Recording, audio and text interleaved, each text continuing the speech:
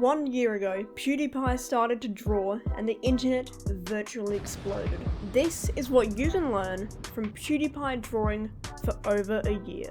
After you've watched this video, you'll be able to also start your own art journey. In the video, PewDiePie also confirmed he had not picked up a pencil to draw since he was a kid before the challenge.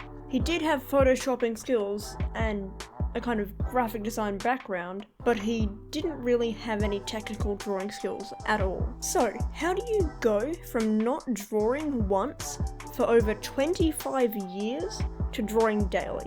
It's so simple that anyone watching this video can do it. But why is it important to stay consistent? Can't I just draw once a month and put lots of effort into it and just get good that way? Well, the bare bones simple answer is yes, but it's more than that. Because art is something that grows in smaller increments that lead to bigger exponential results. If you only draw once a month for 6 hours one day, you won't gain a fraction of the skill in a year as someone who spends 5 to 10 minutes a day drawing things they see around them. One is distant from art, while the other made it a routine. That one is far more likely to continue for longer, while the other may not. They might get burned out because they won't like everything they draw. The other one understands that art is a skill and they need to train it. So them just putting in the reps, putting in the numbers, eventually you calculate. That one that does 5 minutes a day gets 365 drawings on average in a year. The other gets 12. One has infinitely more practice than the other. Now that alone should be enough reason to just draw every single day. PewDiePie went from this to this in 80 days, so I think you can too. And maybe it will take longer. Maybe you'll get there in a similar point in 200 days. Or maybe even less than he got. But you also have to define your own level of success. PewDiePie stands as a symbol that consistency can get you to a place you are happy with and learn new skills that way. All you need to do is get a small notepad and just spend 5 minutes drawing something that you like. That's the simplest way to start and stay consistent. But when you start drawing, don't try to draw what you see, draw what's there. So, what's the real difference between drawing what you see and truly observing the subject you're drawing? You might think it's just looking about and seeing small details here and there, but I think you all know how that goes. Badly. Luckily, there's a simpler solution to this conundrum. Why does it matter to learn how to see when drawing is about using your hand to make lines on a page and boom, you have a cool picture? Sure, a steady hand helps, but seeing things like an artist is what actually transforms your art and makes you learn. Learning to observe builds your understanding of shapes, shadows, and proportions. So every time you draw, you're getting closer to real improvement. Just learning the fundamentals is more important than drawing a masterpiece. Take PewDiePie. He started his year of drawing with a self-portrait that looked, well, not great. It didn't capture, the details of his face and the right shapes and proportions or line work. You didn't look like him at all. But after a few months of learning to observe, like training their brain to notice the little things and relations between them, every piece began to feel more accurate and confident. By day 82, he hit his peak, adding colour and depth in ways that felt much more natural and just really nice looking. That only happened because he learnt to see and observe, not just draw. If you look at the pros, they often say that the biggest shift wasn't when they got new pencils or pens, but when they started understanding and studying what they saw in life.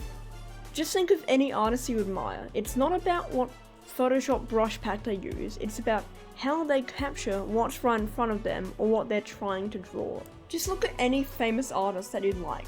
They rarely stick to one single subject or style. Well, maybe the style aspect, but they almost always draw something different. No one just draws the exact same image 200 times. That's called an AI art, bro.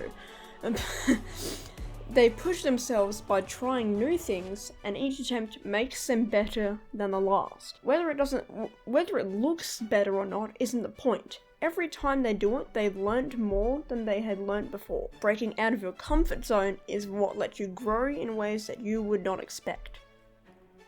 All you have to do is just pick one thing you don't usually draw. Maybe an object in your room, or even a quick landscape. Maybe just your pet if you really want to. Try it once a week or every couple days. You'll get used to tackling new things, and the skills that you gain will circle back to improving what you're already good at.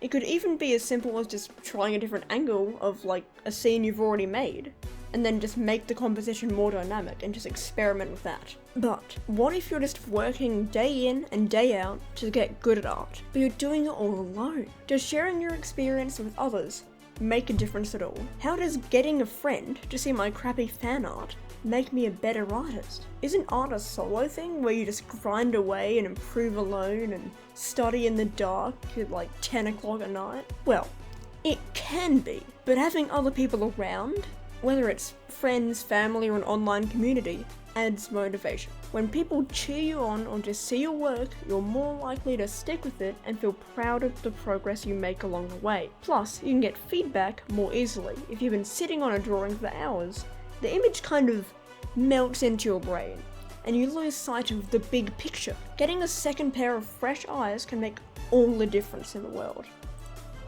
PewDiePie got encouragement from fellow YouTubers and viewers after the Day 30 and Day 100 update videos, and that support kept him motivated throughout the year.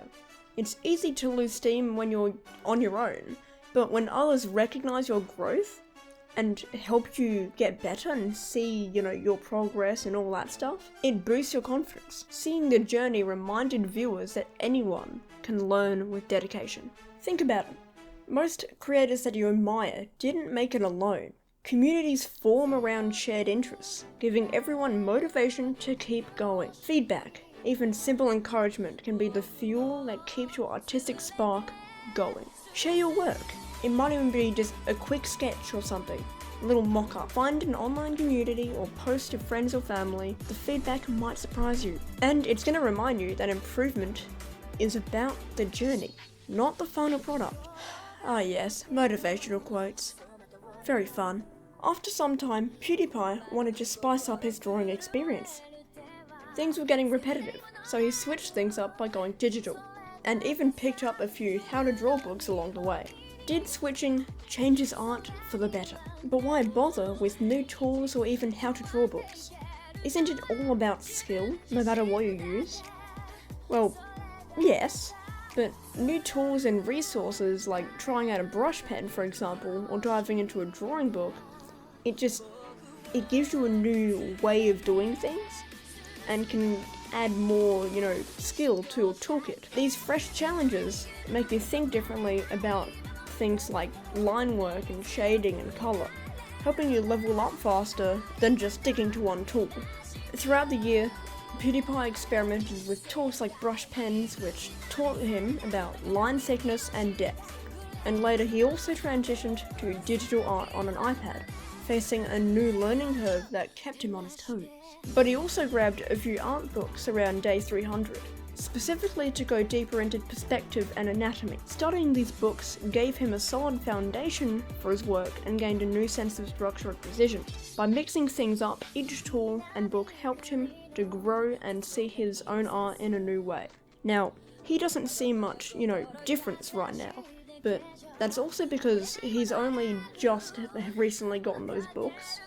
If he spends more time on them, like say 6 months or so, maybe even another year, he will definitely see improvement. Visibly, vividly. Think about pro artists. Most of them don't just use one tool or rely on one resource forever. They're constantly exploring new methods and new things and new tips and different things from all kinds of places, like drawing books or other artworks, or just a different kind of life, all just to improve their basics and fundamentals, as well as more advanced things. Learning from books and trying new tools can open up new ideas and skills. All you have to do is just try a new pen, or a digital app, or grab a how to draw book on something new that you're curious about, like anatomy or shading. Practice a few techniques from the book and let each new tool or new lesson add something different to your style. You never know, that one new trick might be the thing that takes your art to the next level.